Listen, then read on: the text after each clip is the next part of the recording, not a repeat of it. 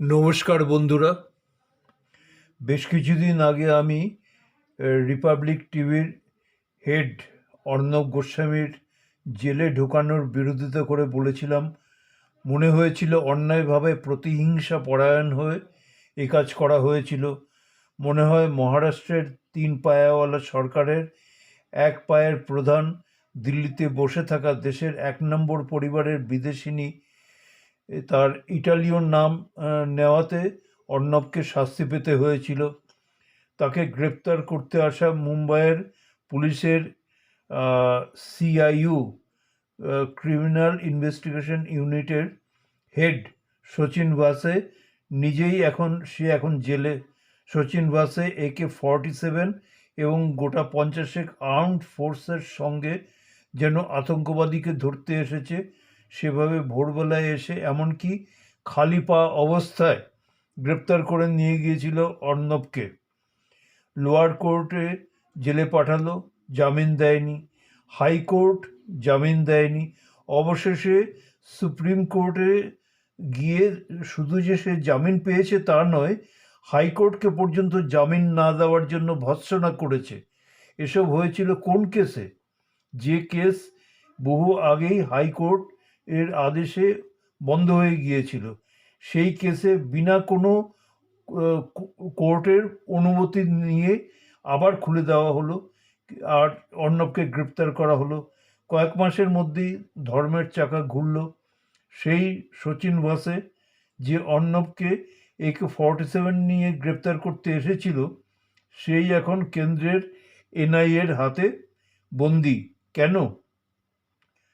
ভারতের সবচেয়ে বড় উদ্যোগপতির বাড়ির কাছে জিলোটিন স্টেকসহ গাড়ি রাখার অভিযোগে তাকে গ্রেপ্তার করা হয়েছে। এর সঙ্গে যুক্ত হয়েছে গাড়ি সারানোর মেকানিক মনসুখের অস্বাভাবিক মৃত্যু, বলা ভালো খুন। গলায় 5টা রুমাল ঠোসা এবং সমুদ্রের জলে ভাসছিল। এবং মনসুখের স্ত্রীর অভিযোগ সচিন ভাসেই মনসুখকে হত্যা করেছে। কারণ ওই গাড়িটা মনসুখের ছিল এবং মনসুখ সচিনের বন্ধু ছিল। আর এছাড়া সচিন ভাসের দখলে 5টা গাড়ি, তার মধ্যে 2টো 1 কোটি টাকা করে মার্সিডিজ, একটা 35 লাখ টাকা দামের ল্যান্ড ক্রুজার স্করপিও এবং ইনোভা। সে চাকরি করে অ্যাসিস্ট্যান্ট সাব ইন্সপেক্টরের পুলিশের। 2004-এ একটা পুলিশ কাস্টডিতে মৃত্যুর কারণে সে সাসপেন্ডেড হয়ে ছিল, অর্থাৎ সে মাইনে পাচ্ছে সরকার থেকে। কিন্তু সেই সময় সে শিবসেনা জয়েন করে, যেটা বেআইনি সরকারি চাকরির নিয়ম অনুযায়ী। এবং গত বছর করোনার নামে তাকে আবার চাকরিতে নেওয়া হয়। মুম্বাই পুলিশ কমিশনার পরমবীর সিং তাকে নেয়। আর যত মার্ডার কেস সব তাকে দেওয়া হয়, অর্থাৎ CIA-র হেড করে দেওয়া হয় তাকে। এরপর দিশা সানিয়াল, যাকে সম্পূর্ণ কাপড় ছাড়া অবস্থায় 6তলা থেকে নিচে পড়ে মৃত্যু হয়, তার বলা হয় আত্মহত্যা। দিশা, যার সেক্রেটারি সেই সিনেমার হিরো সুশান্ত সিং রাজপুতের মৃত্যু, তাকেও বলা হয় আত্মহত্যা। এবার মনসুখের মৃত্যুকে আত্মহত্যা বলা হলো। কমন হলো প্রত্যেকটাতে বাসে ইনভেস্টিগেশন অফিসার। দিশার মৃত্যুর পরেই তার সে যার সেক্রেটারি, সেই সেক্রেটারির মৃত্যুর মানে দিশার মৃত্যুর কয়েকদিনের মধ্যেই এই সুশান্তের মৃত্যু ঘটল। এসব ক্ষেত্রে অপঘাতগুলির সময় CCTV ক্যামেরা গায়েব। মনসুখের কমপ্লেক্সের CCTV ক্যামেরা গায়েব। 6তলা থেকে পড়ার সময় দিশার শরীরে সব কাপড় গায়েব। মনসুখের গলায় 5টা রুমাল ঠুসা। যে আত্মহত্যা করেছে সে 5টা রুমাল নিজের গলায় ঠুসতে পারবে? সুশান্ত সেই আত্মহত্যা করলো পোস্টমর্টেমের বা যখন অটোপসি হচ্ছে সেটা রাত্রেবেলায়। যা ভূমিকম্প বা বিরাট অগ্নিকাণ্ড ইত্যাদিতে বহু মানুষ মারা গেলে ইমার্জেন্সির মতো অবস্থায় রাতে হয়।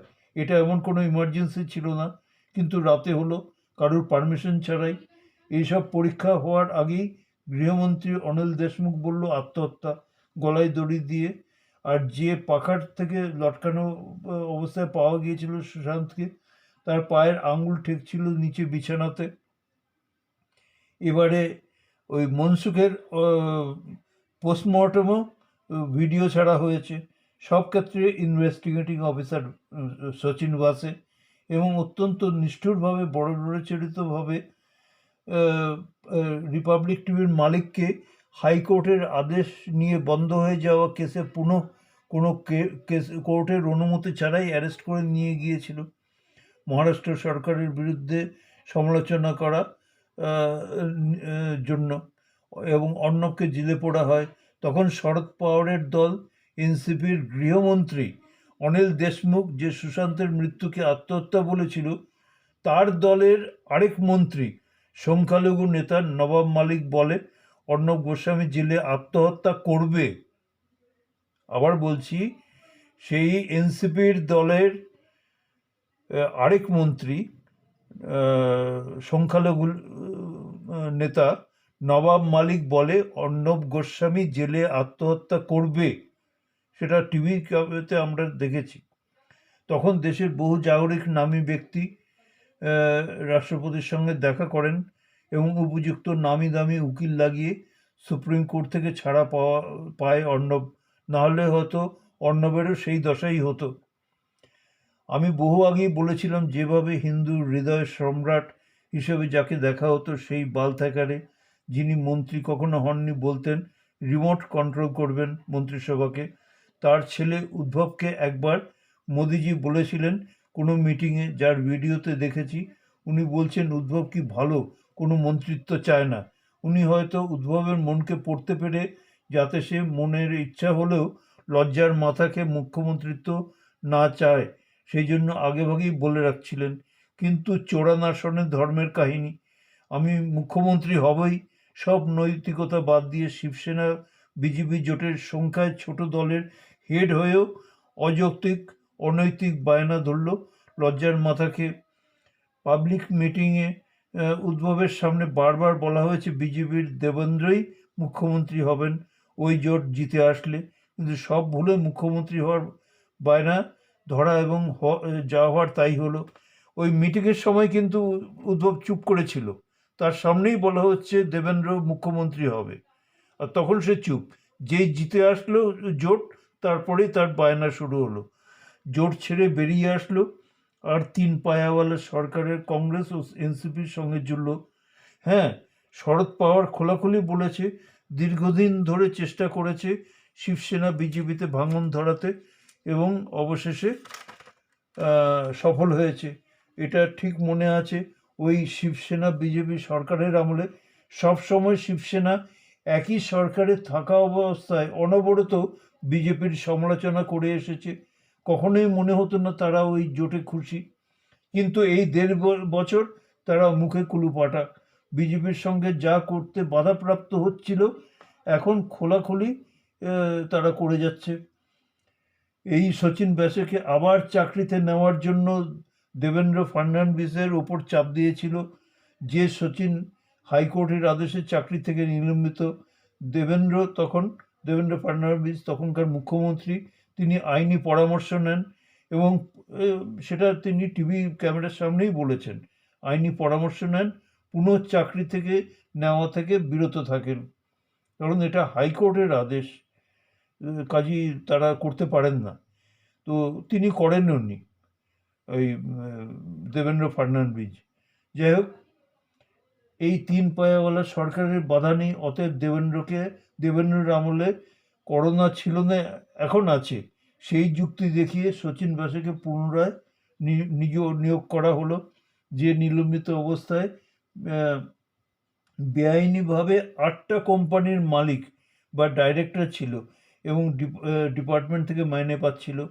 নিয়ম মতো বা বেআইনিভাবে শিবসেনা সে করছিল, যেটা কোনো সরকারি পদে থাকলে কোনো রাজনৈতিক দলকে সমর্থন করতে পারা যায়, কিন্তু খোলাখুলি রাজনীতি করা যায় না বা রাজনৈতিক দলে যোগ দেওয়া যায় না। যাই হোক, মুম্বাইয়ের পুলিশ কমিশনার, যার অধীনে সচিন বাসে এসব কর্ম করেছে এবং হতে দিয়েছে, কিন্তু ধর্মের চাকা বাতাসে ঘোরে। সিবিআইকে সুশান্ত কেসের দায়িত্ব আহ, নিতে উদ্ধবকে আটকানোর চেষ্টা করেছিল, যাতে সিবিআই ওই সুশান্ত কেসটা না নেয়। কিন্তু কংগ্রেসের গত দিনের গৃহমন্ত্রী চিদম্বরম সেই 2008-এ, অর্থাৎ 26/11-র পরে এনআইপি গঠন করে, এনআইএ গঠন করে। তো যার জন্য রাজ্যের অনুমতির প্রয়োজন নেই, যেমনি সিবিআইয়ের জন্য সিবিআইকে কোনো রাজ্যে প্রবেশ করতে হলে সেই রাজ্যের সরকারের অনুমতি প্রয়োজন।